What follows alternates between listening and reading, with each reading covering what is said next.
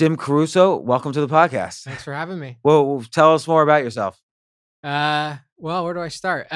Entrepreneur, technologist, started and worked in software a long time. What'd you do in software? So I started my career as a product manager, for lack of a better term, even though it was kind of a new thing back then, for my father's software company. So my dad's been in software since software existed in the What 80s.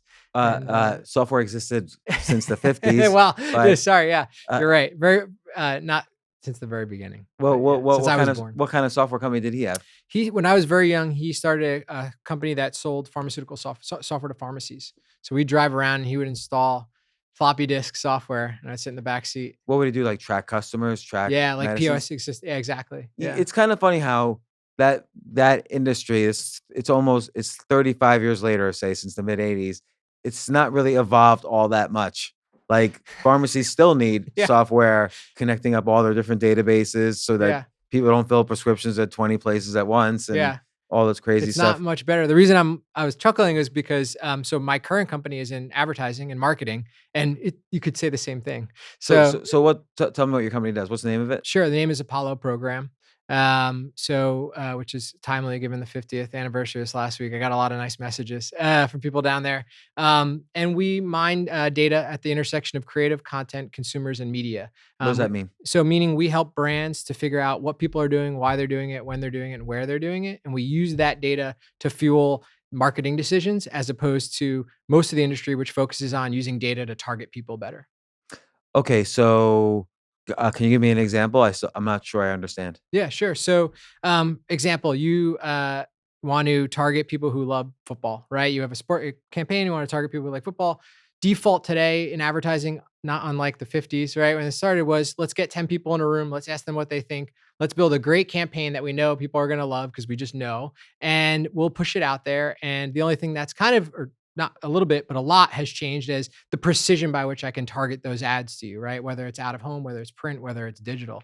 When I was looking through that lens, I said, well, that's interesting, but what would be even more interesting or more valuable to brands and to clients was if I took all the data that lives at the end of the ecosystem, right? The website visits that you have, the website you visit, the apps you use, all of this data that gets thrown off by your digital consumption. And I used it to inform that campaign and figured out why we were doing any of this in the first place and what creative messaging we should be telling you, where we should be putting it, and used it to do anything before a media buy. And that kind of flipped the whole thing on its head, right? So instead of using all that data at the end, we'll go in, we'll create profiles of audiences, of consumers, figure out what they're doing, when they're doing it, why we might be relevant as a brand and have a right to speak to So, them so wait, and I'm still communicate trying to with understand. them. So let's say I Yeah, have a very specific product. I don't know.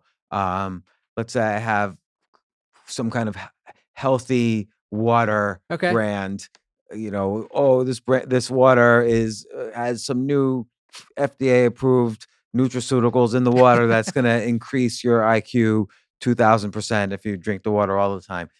Now I go to you. What do you do for me? Yeah, so we will go and we'll identify groups of consumers anonymously who exhibit behavioral traits that we think, as a hypothesis, would lend themselves to being customers of yours. So you would say, okay, well, maybe kids studying for the SATs might be a consumer group Sure. that would want to drink your Yeah. water instead of coffee all night or instead of Adderall all Yeah. day.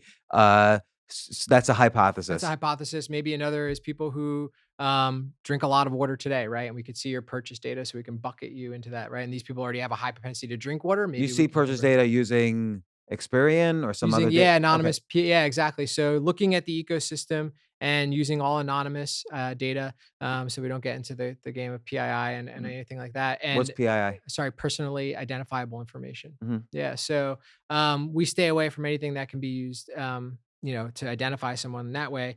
And we license and aggregate data across purchases, across demographic, across psychographics, across website visits. So when you say you Yeah. license data, you get huge amounts of data. Yeah. There's no names. No If email, phone number, social, nothing that can be used to identify you, James, personally. Okay, so you have all this data, and we have a theory about who buys my super smart water. Yep. What do you do next? We then create uh, pools or groups of people, and we'll analyze all those other behaviors. So yeah, you mentioned we might create a pool of people with 2 or 3 attributes, right? But there's another 7,000 attributes we have about you, and we'd want to know which of those over index for your group compared to maybe 3 other groups or compared to the national average, depending on whatever our objective was. And we'll use that information and that intelligence that gets drawn out of that to then say, hey, these people actually spend a lot of time reading about how to stay up late and study for homework quizzes, right? Or whatever it is. And they do it on these websites. And when they're reading about it, they're reading about how stressed out they are all the time. And there's a lot of negative connotations. And you start to paint this picture of someone without needing any of their personal information, extremely nuanced profile of who they are and what they care about. So they might be like anxious. They read about shortcuts Mhm. for tests. Yep. They probably maybe they don't play in a sport because they're focused Too so busy much on studying. testing. Yeah, exactly. Um, Yep.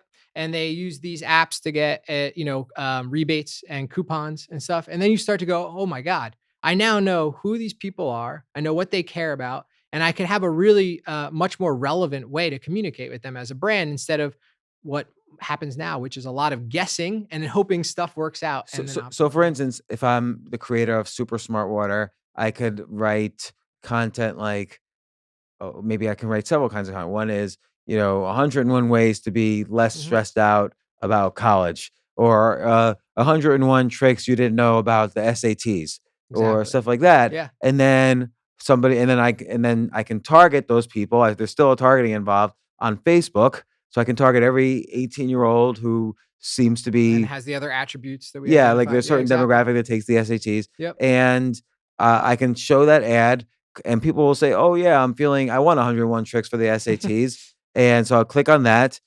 Hey, give us your email address. I put in the email address. I get the 101 tricks for the SATs. Now what?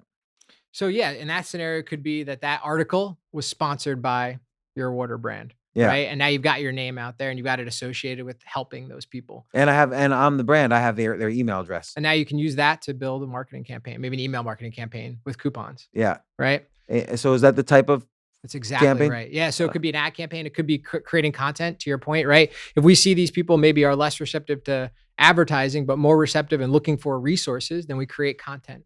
So it can take any form, but the idea is the impetus behind all of it is shaped by actual behavior, observed behavior, as opposed to self-reported data or focus groups or any of those other panel-based research methods. so I feel this is the direction that all advertising and social media agencies are moving.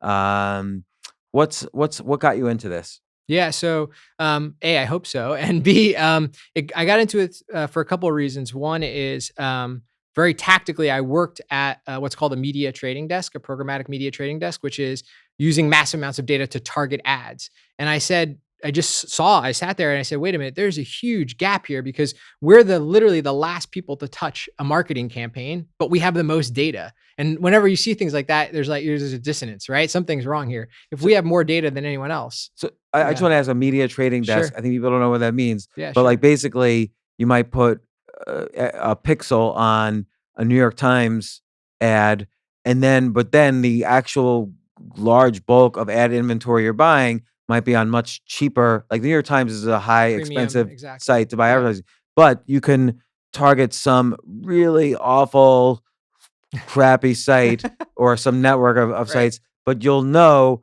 I just want to show my ad to everybody who read this New York Times article, and because they've been pixeled on that New York Times page, you're paying less for the ad, but you're targeting the same people you would have targeted at the New York Times. Yeah, that's absolutely one vein of it, Mhm. right? So yeah, overall, the impetus behind a media trading desk or programmatic media is using data to target audiences as opposed to relying on a publisher to find my audience for me. Right. Yeah. And so, as I mentioned, I was there and it was like, there has to be a better way to use all of this data, all of this information that we're seeing about people. What if we could use it ahead of time, like I talked about? The other is that as inherently as I guess a problem solver, the way I am wired, it was like there's got to be a better way to do this. Like we're using the same methods we've used for 50 years, but people's behaviors have changed.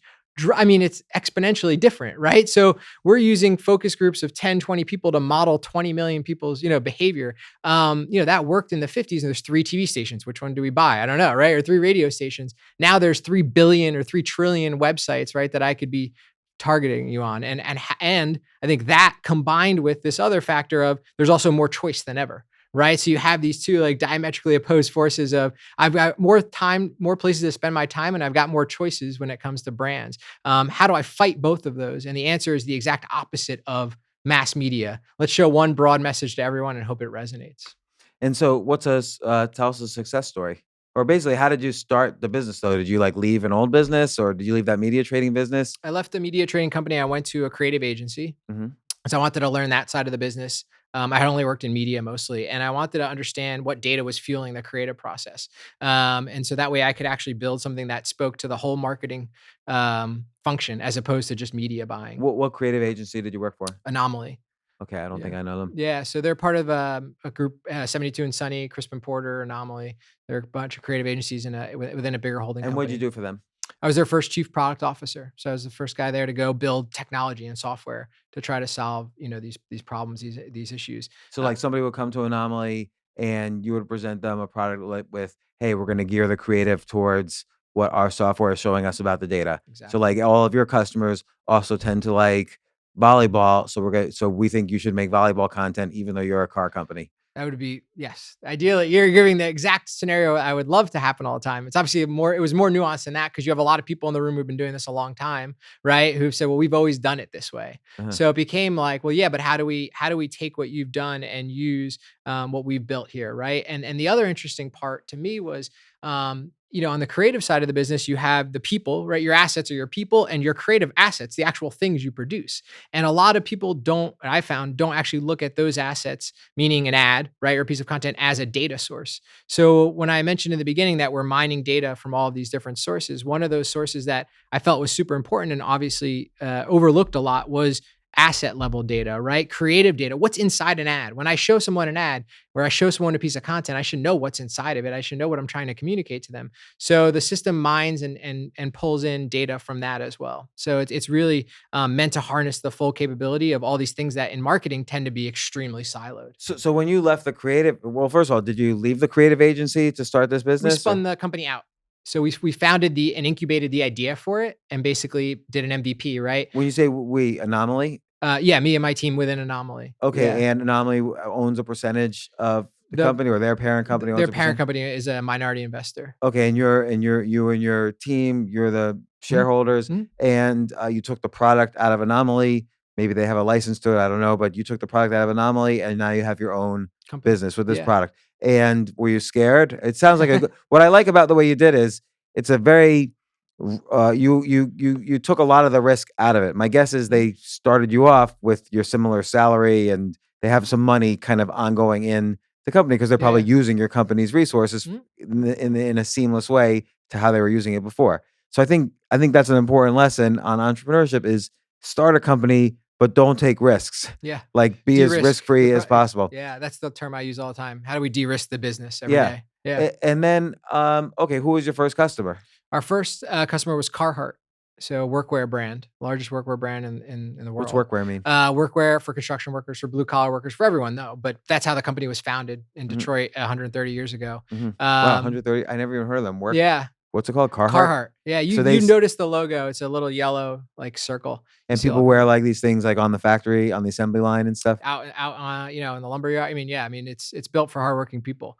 But my guess is that could be a really cool retro kind of line Yeah, for there Gen Z. there is, yeah, So so there's also a store down in Soho that's an European, fashion brand that licensed their name, and that's just fashion. hmm. Yeah, yeah, so it's kind of interesting, but yeah, they were early adopters, right? I mean, when you start a business like this, my thing, having done this a couple times was, 1, how do we de-risk this? This is software is an expensive thing to build, right? I don't wanna start building this thing without knowing who's gonna use it, so let me go into a bigger company that can support me operationally.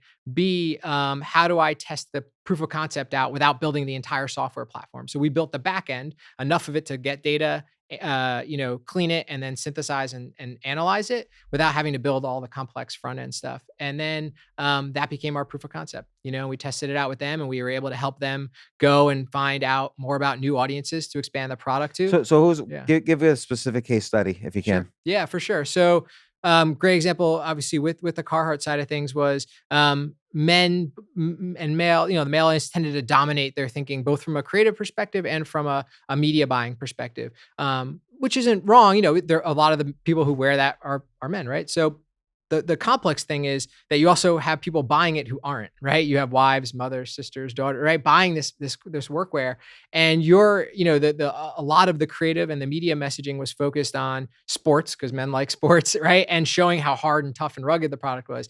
And what we started to do is dig into female audiences and say, well, yeah, but they're also concerned about protecting their family, right? They're concerned about protecting their loved ones. They want hardworking products that can last so that they can stretch their dollar further. And so we developed and shifted a lot of the campaign, not only creatively and from a messaging perspective, but also from a media perspective to reach in and pull in those female audiences. And obviously it's a little bit more nuanced, So, like, but for the what did sake of you do? this, Like, yeah. what campaign did they create?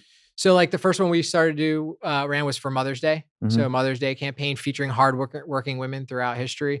And then we've just continued to build and expand on that. And to your point, open up the aperture a lot more than just people who are, on a ranch or a farm. Are women buying for themselves, or are they buying for Good men? point. So the business challenge was not only to get them to buy for men, continue to, but to buy it for themselves. Are there female lines in this? Yeah, Mhm. there are, but it was challenging, right? Because Mhm. again, the company wasn't built that way necessarily. So it was, how do we take those audiences, and when they come to buy the T-shirt for the guy or the jacket, to put something in the cart for themselves, because that's how you grow order value, and that's how you really grow I the imagine business. moms also could buy for kids. Do they have, Yeah, like, a absolutely. kids They have line? kids now too. Yeah. So did this kind of, generate the business decision of, "Hey, let's build a kids line?" It helped to inform all that stuff and Mhm. say, hey, yeah, as a marketer, right, and as a business, I want to have a higher degree of certainty in my outcomes, right, and this having data like this gives you a higher degree of certainty. And, how's it gone? Like, did they boost sales? Yeah, I mean, every year that we've worked with them has been one of the best years in the history, and they've been around a long time. So How many years have you um, been working with them? they were our first pilot back in 2016. Okay. Yeah, and we still work with them, and we now help them to function all of their marketing efforts across all different channels. And when have you failed in this? Like, when did you produce results that and Yeah. they declined in sales, and it probably was your fault? Yeah. Well, there's been times where, and I think you obviously alluded to this, marketing is a complex thing. It requires a lot of companies nowadays to execute. And so one of the things we learned early on was it's really hard to come up with these great insights and all this great intelligence and then kind of just give it to someone and be like, okay, here you go. Like, have your existing partners execute it, because they're not going to take necessarily the same or they're not going to value the data the same way we do, and they might not even care, right? And they might Right. just kind of continue to do things the way they've done it. So we had a couple times, right, where we did these pilots, and the people who then went on to execute them didn't really adhere to or take in our input, right, and then it didn't produce the result that we wanted. So and I think the other part of failure is So if but there you're yeah. blaming the creative agency they're working with as opposed to your data. No, no, What it could be both. It was, it's a combination of both. Yeah, I was gonna say the other side of it is also we had areas where we had gaps in our data, right? And gaps in our knowledge. And we learned through trial and error sometimes what those gaps were. can you is it possible to give a specific example? Yeah, of a time where it didn't work. Yeah, Yeah, I where you had mean, gaps in your knowledge? yeah, I mean, so for sure. So early on, it became clear, like, for example, that knowing what websites people are on at like a category like sports or NFL or domain level is valuable. But what we really needed to do was to know much more nuance than that. We needed to know what URL, what actual URL you were on and what was on the page at the time, right? And without that knowledge, some of our recommendations were kind of broad and flat. So we built a part of the software platform to actually scan and take out all of the keywords and metadata and imagery on URLs that people are visiting, and the sentiment to know then, okay, now when I'm building a plan and constructing an insight, it's not just because you over index for reading about sports or cars. It's because you are interested in how those cars work, Mm. right? To your point, very specific examples. And that got us, I think, a lot further than we had initially done, where the insights were sharper than what they had been, but that was more because it was a very low bar as opposed to had a higher level of sophistication with If the you were to data. take a presidential candidate or a congressional candidate and say, "Hey, you should use our agency as well," what kind of service would it Yeah. be? So that's how this whole started. Mm. This all started. The idea for the company I was born through a pitch for an election. And not knowing that ran. We Started didn't in help anyone 2016, start. so Yeah, so not coincidentally, right? And that was Mhm, it because I love politics from the lens of this. I think politics is the most pure form of advertising in some way mhm, because the product is the candidate's message. mhm. There's no physical product. It's whatever you say as a candidate to someone, and you have to know that what you're going to say is going to be relevant to you, and it might be very different than that Or you person, might right? change your message based on your data. Right, no, that's what I mean, and so the idea was, well, for a candidate to be successful, you've gotta know what everyone's doing, and then you can tailor your message to be relevant to each of those groups in a way that's gonna matter more. And the other cool part about politics is there's an end date, right? There's an expiration date. Brands, go on forever. So that was the exact framework by which the company was started, was to solve that problem for a political candidate. And then we said, well, wow, if we could do it for that, we could probably do it for brands. So it was the other way around. And then you saw people try to do this, and whatever your view is, successfully because he got elected, right? But he did it in a way and with companies who were doing it that I would say operated in a gray or unethical way to some degree. So that was the other kind of big core value of Well, the company, which was don't ever touch information related to people's identity. Don't collect it in a nefarious way. but you can argue that if people or a brand or a company are changing their message depending on the demographic they're speaking to, you could argue that isn't a gray area. So it's one thing if you're gonna, okay, this group of people buys your product, but they also like volleyball. So you could talk about this group of people likes your product, but they also like cars. So create content about cars. But if you say this group of people, they'll really respond to a pro gun message, and this group of people, they'll really respond to an anti gun message, then it's kind of in that beyond that gray area. I So agree with you. Yeah, that's why we don't do anything in politics. But the mhm. idea was born out of the challenge of a modern political campaign. And what's next? Like, do you wanna build to sell, or what do you wanna do? Yeah, so we want to build out the company. Yeah, I think to be, a change agent in the market, right? There's not a lot. I think a lot of people have thought about this in theory, and you mentioned it before. I think this is the way it's moving from a theoretical standpoint. Not a lot of people have been able to say, well, we're actually going to build software to provide unique competitive advantage, right? They'll just license the same tools that everyone else is using. And so I think there's a big opportunity for us to build this out and sell it to the right partner down the road. Is there an opportunity to make this useful in the, individual space? So, for instance, I'm not Pepsi, so I can't spend $1 billion on an ad campaign, but if I'm an individual Mhm. who wants to drive traffic to my YouTube channel, is there a way to kind Yeah. of dumb down the software so it's cheaper so individuals can use it? Yeah, there's tiers, right? Mhm. So there's a, hey, I just need an audience profile, and the cool part of what the example you gave is you could also start to figure out how to not um, dictate the creative process, but inform the creative process, right? About what kind of content you produce when you get people there, because we would know what else they were looking at or what they'd be interested in. So yeah, there's tiers and versions where the big version, like I mentioned, is for the big enterprise clients, and then there's kind of tiers below that, and then there's also companies out there who were white labeling the software too, right? Who can use this to power and say, hey, yeah, we actually have a tool that builds these unique groups of consumers and analyzes it differently than everyone else, as opposed to the same set of 5 software tools that everybody in the industry uses. What's the name of the company? Apollo program. Apollo Program Yeah. and apolloprogram.com? We got the URL. Yeah. No one managed to nab it, I guess. And if I go to it, let's say I wanna sell more copies of a book, is there a way an easy way to find my path through so that I can figure out my audience of prior books or whatever and Yeah. uh, Yeah. I love that. Yeah. So we would work with you to do it. Yeah. It's not a self-service console yet where you're going in there and doing it. So we would get on the phone and help you figure it out. alright, excellent. I might take you up on that. Yeah. I love it. So, thanks so much, Jim Caruso, Apollo Program. I think this is the direction all advertising is heading, at least so far that I'm seeing, and it does produce great results from the companies I've seen who've worked with companies like yours, so good luck. Let's Thank keep you. keep in touch and let me know how it goes. Yeah. I'd love to do that. Thanks for your Excellent. time. Thanks. For your meeting you.